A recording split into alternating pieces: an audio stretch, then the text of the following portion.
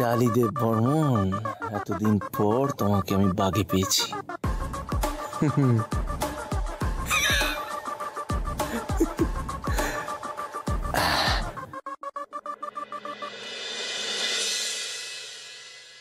এই ভাইদা, এই ভাইদা, এই তোরা কি ঘুমিয়ে পড়েছিস? ভাইদা একটু একটু দরজাটা খোল না। ডালি দিদি, ও ডালি দিদি, দরজাটা খোলো না গো, কথা আছে। এরকম একটা সিচুয়েশনে ডিস্টার্ব করে কেউ, বিরক্তিকর। ভাইদা, এই ভাইদা,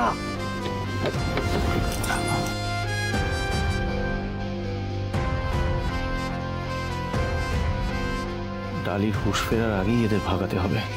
আমার মনে হচ্ছে ওরা না ঘুমিয়ে পড়েছে। ওদের এই মুহূর্তে বিরক্ত করাটা ঠিক হবে না। আমি তোমার মাকে ফোন করে বরং বলে দিই, কাল সকালবেলা কথা বলিয়ে দিচ্ছি ওদের সাথে। হ্যাঁ,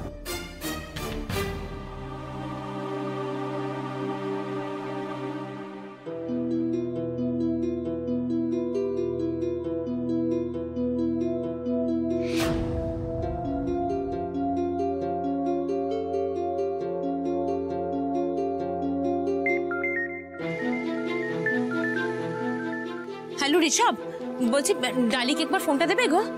হ্যাঁ শোনো না, বলছি ওরা না ঘুমিয়ে পড়েছে, ওদের ডাকতে পারলাম না। আমি বরং কালকে বৌদির সাথে আর রৌদির সাথে তোমার কথা বলিয়ে দেবো ফোন করে। হ্যাঁ, যাক, আপদ বিদায় হয়েছে।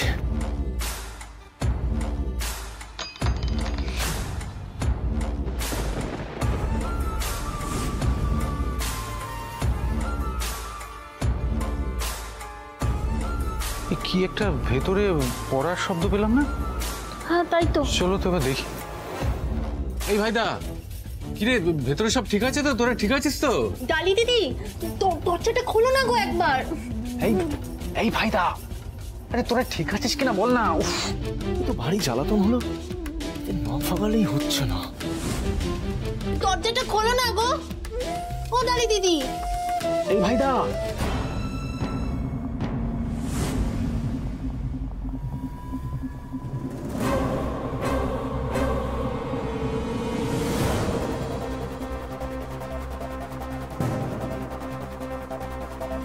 আরে ঋষভ,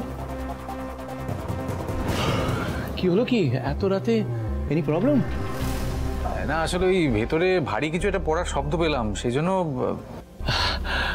ও কিছু না, ওই ঘুমের ঘোরে আমার হাত লেগে একটা শোপিস পড়ে গেছে। ডালি দিদি জেগে আছে গো রক্তিম বাবু। আরে না না, ও তো ঘুমিয়ে একেবারে কাদা। তোমরা যাও, অনেক রাত হয়েছে, তোমরা ঘরে গিয়ে ঘুমিয়ে পড়ো। ওকে, গুড নাইট, বাই বাই। বলছি রৌদ্রি কি করছে রে? আরে এত রাতে কি করবে? মা মেয়ে দুজনেই ঘুমোচ্ছে, আবার কি। আচ্ছা ঠিক আছে, সরি ডিস্টার্ব করলাম, সরি, আমরা চলে যাচ্ছি। হ্যাঁ,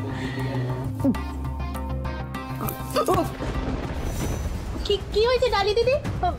দেখি সরুন, সরুন দেখি। আরে সইনি ডালি দিদি, কি হয়েছে? কি হয়েছে তোমার?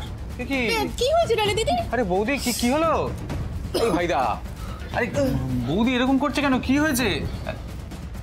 কি এই এত ক্যান্ডেলস চারিদিকে, গোলাপের পাপড়ি ছড়ানো, কি কি চলছিল বলতো? কি হচ্ছিল? হ্যাঁ, কি করছিলি?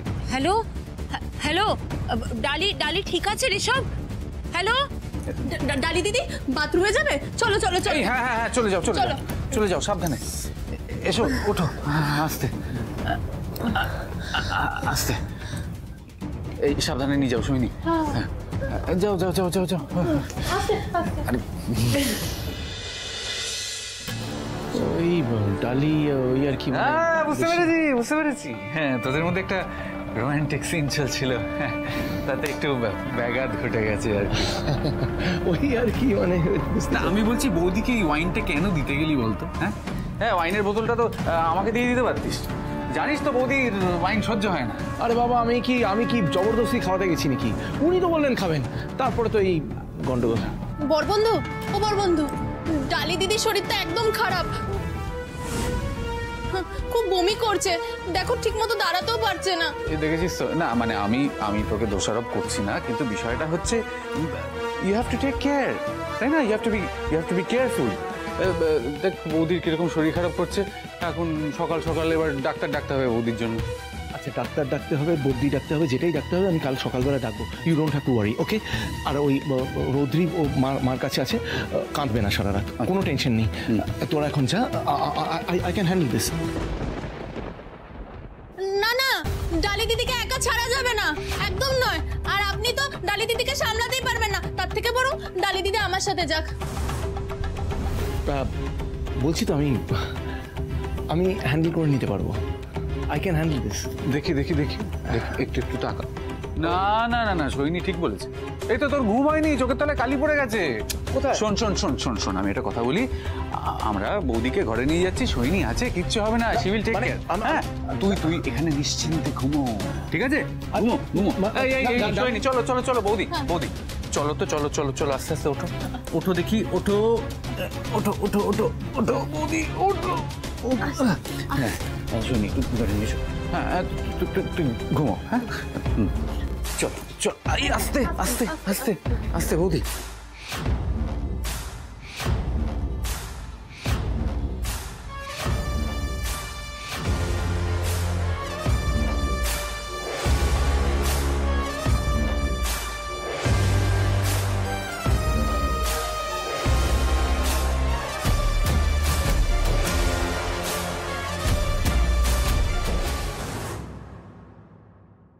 শুনলে তো, রুদ্রি তো ভালোই আছে, তারই শরীরটা একটু খারাপ করেছে। সে না আমি কালকে সকালে ফোন করে জেনে নেবো কেমন আছে। যাও গিয়ে শুয়ে পড়ো এখন, অনেক রাত হয়েছে বাবা।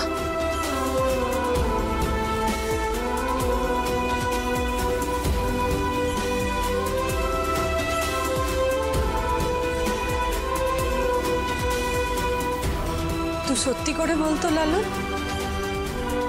তুই কি সত্যি রৌদ্রির কথা ভাবছিলি নাকি ডালির কথা ভাবছিলি? আরে বললাম তো, ও মিলির কথা ভাবছিলাম। আরে সেজন্য মোর ঘুম আসছিল না, এখন মোর ঘুম পাচ্ছে। তুই যা, এখন বাজে বকিস না, যা।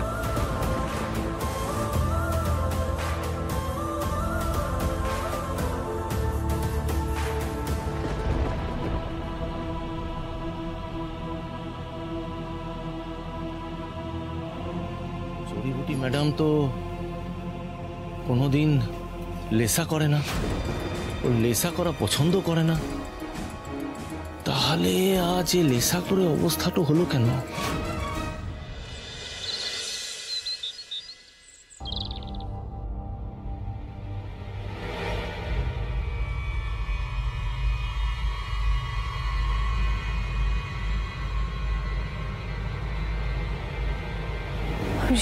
ঋষভের ঘরে কি করে এলাম? নিজের ঘরে ছিলাম। গুড মর্নিং, এই যে ডালি দিদি, তোমার জন্য চা। বলছি আমি এই ঘরে কি করে এলাম, মানে আমার কিছু মনে পড়ছে না। হ্যাঁ, সে মনে পড়ার কথাও না। ইয়ে প্যার কা নেহি, ওয়াইন কা এফেক্ট। ও কেন যে তোরা খেতে গেলাম, মাথাটা না ভার হয়ে আছে, বড্ড মাথা ধরেছে। আচ্ছা আচ্ছা, ঠিক আছে। আর এসব নিয়ে ভেবো না তো ডালি দিদি, চাটা খাওন, এবার কিন্তু মাথাটা ফেটে যাবে। একদম, তুমি এক কাজ করো, আমার বউয়ের তৈরি করা চাটা খেয়ে নাও, আর তারপর নিজের ঘরে চলে যাবো। এতক্ষণে নিশ্চয়ই ভাইদা উঠে পড়েছে ঘুম থেকে। বলছি তোমার ভাইদা জানে আমি এই ঘরে আছি? না, লুকিয়ে এনেছি। অফকোর্স জানে। আরে কালকে ওয়াইন খেয়ে তোমার শরীরটা খারাপ করছিল, তাই জন্য আমরা তোমাকে এই ঘরে নিয়ে এলাম, যাতে ভাইদা ভালো করে ঘুমোতে পারে। তার মানে আমি রক্তিমবাবুর সাথে নেশাগ্রস্ত অবস্থায় এক ঘরে ছিলাম না? আচ্ছা শোনো বৌদি, আমার ছোট্ট একটা কাজ বাকি আছে, আমি ওটা সেরে আবার চলে আসছি। ও ভুলো মন। সৈনী, তুমি এই ফোনটা নাও, মাকে একটা ফোন করে নিও না, তো চিন্তা করো। ঠিক আছে। মাসি ফোন করেছিল কেন, মানে চিন্তা করবে কেন বুঝলাম না। ওহো, তোমাকে তো বলাই হয়নি, কাল রাত্রে আমার মা ফোন করেছিল, তোমার সাথে কথা বলতে চাইছিল। তারপর তো আমরা তোমার ঘরে গেলাম, গিয়ে দেখলাম তুমি অসুস্থ হয়ে গেছো। তার জন্যই তো মায়ের সাথে আর কথা বলানো হয়নি। দাঁড়াও দাঁড়াও, মাকে ফোন করে নি, তুমি কথা বলো। খিড়কি থেকে সিংহ দুয়ার, এই তোমাদের পৃথিবী। আহা, এমন গান শুনতে শুনতে কাজ করার মজাটাই আলাদা আছে, বলো মা? মনটা কেমন খুশি খুশি হয়ে যায়। তোমাদের কোনটা হাসি, কোনটা ব্যথা, কোনটা প্রলাপ, কোনটা কথা, ও দেখ কোন এসেছে, কারো খেয়াল নাই। এর বাইরে জগৎ আছে, তোমরা মানো না। কি হলো, ফোনটা কেউ তুলছে না কেন? তার আর একবার করি।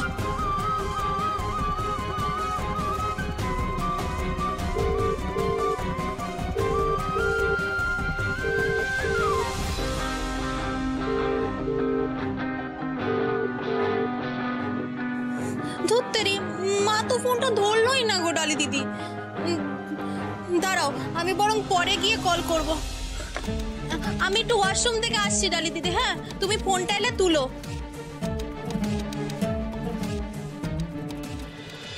আরে ও কাকি, ঋষভ ফোন করছে। ও তোরা এত জোরে রেডিওটা চালিয়ে রেখেছিস, শুনতে পাচ্ছিস না? ও ফোন করছে, ধর এটা। আরে তুমি তো কালকে রাতে কথা বলবে বলছিলে লালন, ভালো হয়েছে ফোন করেছে। তুমি একবার কল ব্যাক করে কথা বলে নাও না। কাকি মু কথা বলবো ক্লা, তু কথা বলেলে জিজ্ঞেস কর না, রৌদ্রি ও ঋষভ ও সোহিনী আর বাকি বাড়ির সবাই কিরকম আছে ওটা জিজ্ঞেস করলে না। ও লালন, এইটুকু কথা তুমি তো নিজেই ফোন করে জিজ্ঞেস করতে পারো। আরে লালন, সোহিনী হয়তো ফোন করেছে কাকুকে। দুয়ার সাথে কথা বলতে তুই এত দ্বিধাবোধ করছিস কেন? লে লে লে, ফোনটা করে নে। করলা? আরে করো করো।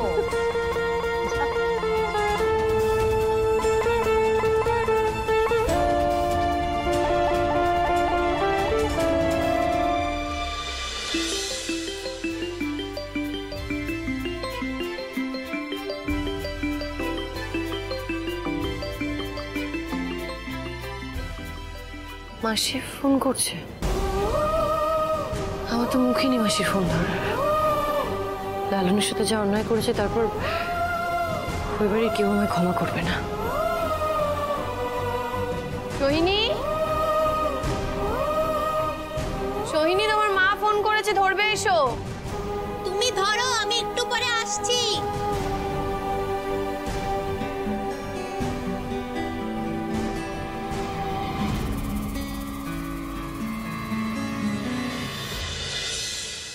হ্যালো হ্যালো,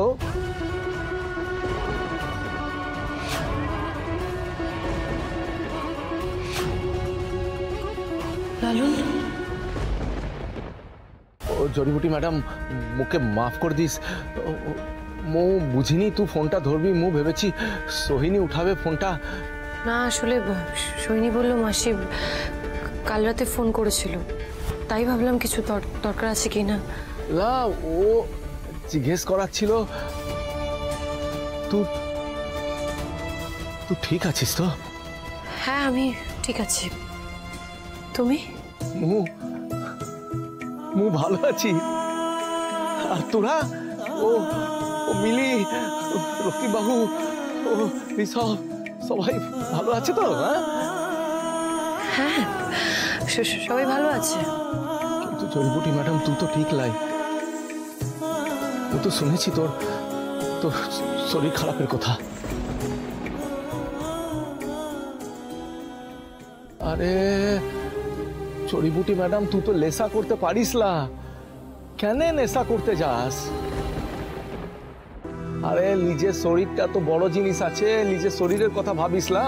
হ্যাঁ, শরীরটা তো আগে। শোন, মোর কাছে একটা ভালো টোটকা আছে এর লিগে। আমার টোটকা? সেই পায়ের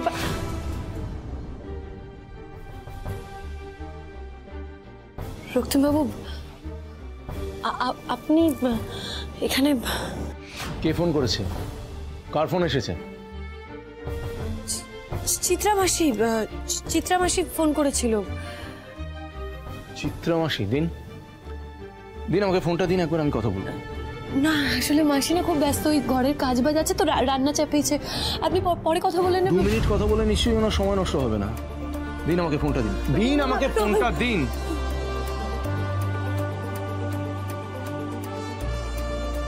হ্যালো, কি ভেবেছো লাল? তুমি লুকিয়ে ডালিকে ফোন করবে আর আমি কিচ্ছু ধরতে পারবো না? How dare you rascal! তোমার সাহস কি করে হলো ডালিকে ফোন করার? সেদিন এত অপমান করে বাড়ি থেকে বের করে দিলাম, তারপরে তোমার এইটুকু লজ্জা নেই শরীরে? রক্তিম বাবু, মু ফোনটা করতে চাইলাই, ও তো মো সোহিনীকে খবর দাও, একদম মিথ্যে এক্সকিউজ দেবে না, আমাকে মিথ্যা কথা বলবে না বলে দিলাম।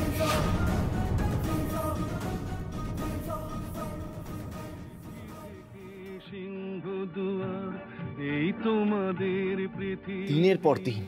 দিনের পর দিন তুমি ডালিকে বিরক্ত করে যাচ্ছ, এর ফল কিন্তু ভালো হবে না। আমি কিন্তু তোমাকে আপনার ওকে কিছু বলতে হবে না। আপনি জানতো যে আমি যে তোর সাথে কথাটা বলি, বেশ ঠিক আছে, তাই হবে। লালন, আমি তোমায় বারণ করেছিলাম না তুমি আমায় ফোন করবে না?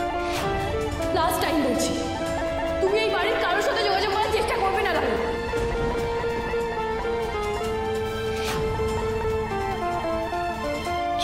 ম্যাডাম চুপ, একদম চুপ করো। আমি সেদিন বলেছিলাম না তোমায়, তুমি আমার কাছে মরে গেছো লালন। আমি তোমার এই মুখ আর কোনোদিনও দেখতে চাই না, এই কথাটা মাথায় রেখো তুমি। আর হ্যাঁ, আমার বা রৌদ্রি কারোর কথা ভাবতে হবে না তোমায়, তুমি আমাদের কেউ নাও লালন। প্লিজ প্লিজ আমাদের আপন সাজার চেষ্টা করো না, আমাদের হালে ছেড়ে দাও প্লিজ। দেখো তোমার এই নাটক আমি আর দেখতে চাই না, প্লিজ ফোনটা রাখো।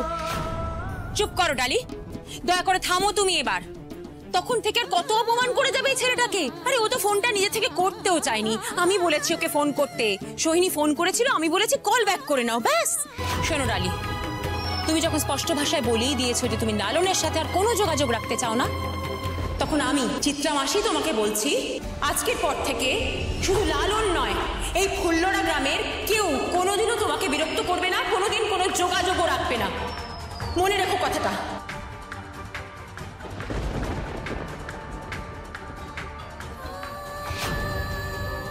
বৌদি, বৌদি, এটা তুমি কি করলে? আমি জানি লালন, তুমি খুব কষ্ট পেলে, আমিও তো ঘৃণাও করবো এর জন্য, কিন্তু এটাই তোমার জন্য ভালো। এবার ধীরে ধীরে এই বন্ধুত্বকে তুমি পুরোপুরি ভুলে যাও লালন, তবেই তুমি ভালো থাকতে পারবে। লালন, আমি তো তোমার কাছে কোনোদিন কিছু চাইনি, আর যদি তোমার ভালোর কথা ভেবে তোমার কাছে কিছু চাই, কিছু অনুরোধ করি, তুমি রাখবে? বল। আমি চাই তুমি সবটা ভুলে নিজের জীবনটা আবার নতুন করে শুরু করো।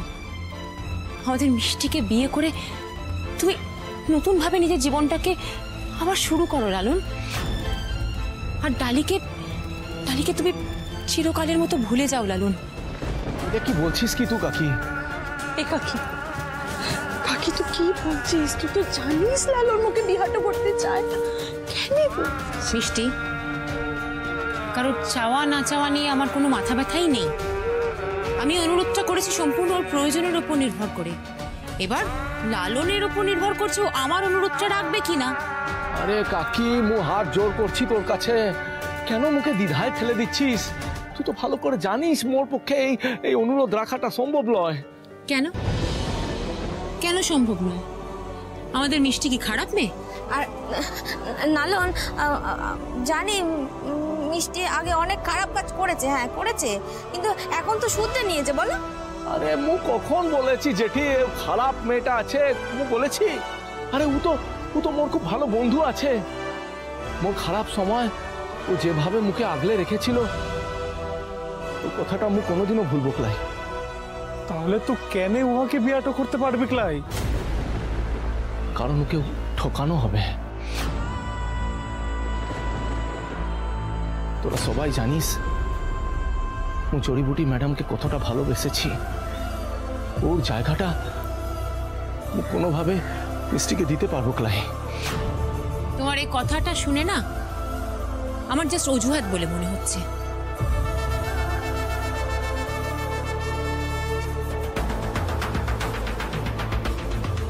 তার সাথে আরো একটা কথা মনে হচ্ছে লালন, তুমি অত্যন্ত স্বার্থপর, শুধুমাত্র নিজের কথা বল। কাকি মুতো কাকি তুই একদম ঠিক কথা বলেছিস। ডালি তার ভালোবাসার মানুষকে নিয়ে বেশ ভালোই আছে, তোমাকে নিয়ে ভাববার কিন্তু ওর একটু সময় নেই।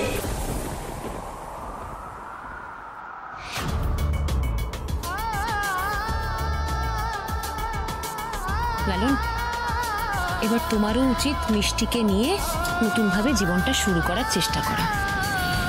দেখো, তোমাকে তো বুঝতে হবে, ডালি তো তোমার স্পষ্ট কথায় বলেই দিয়েছে ওর জীবনের প্রথম আর শেষ পুরুষ হলো রক্তিম দেব বর্মন। তুমি নও বাবা।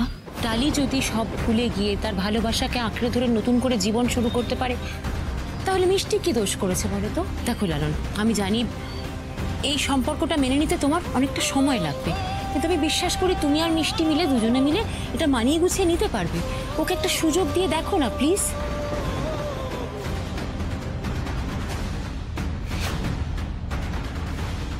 লাস্ট টাইম বলছি, তুমি এই বাড়ির কারোর সাথে যোগাযোগ করার চেষ্টা করবে না লালন। আমি সেদিন বলেছিলাম না তোমায়, তুমি আমার কাছে মরে গেছো লালন। ডালি তো তোমার স্পষ্ট কথায় বলেই দিয়েছে ওর জীবনের প্রথম আর শেষ পুরুষ হলো রক্তিম দেব বর্মন। তুমি নও বাবা। ডালি যদি সব ভুলে গিয়ে তার ভালোবাসাকে আঁকড়ে ধরে নতুন করে জীবন শুরু করতে পারে, তাহলে মিষ্টি কি দোষ করেছে বলো তো? তুই ঠিক বলেছিস, সবার নিজের জীবন গুছিয়ে নেওয়ার সুযোগ আছে, তাহলে মোর কেন নয়? মোকেও নিজের জীবন গুছিয়ে নিতে হবে।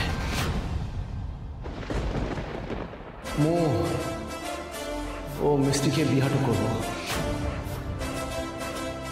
কথা দিলাম।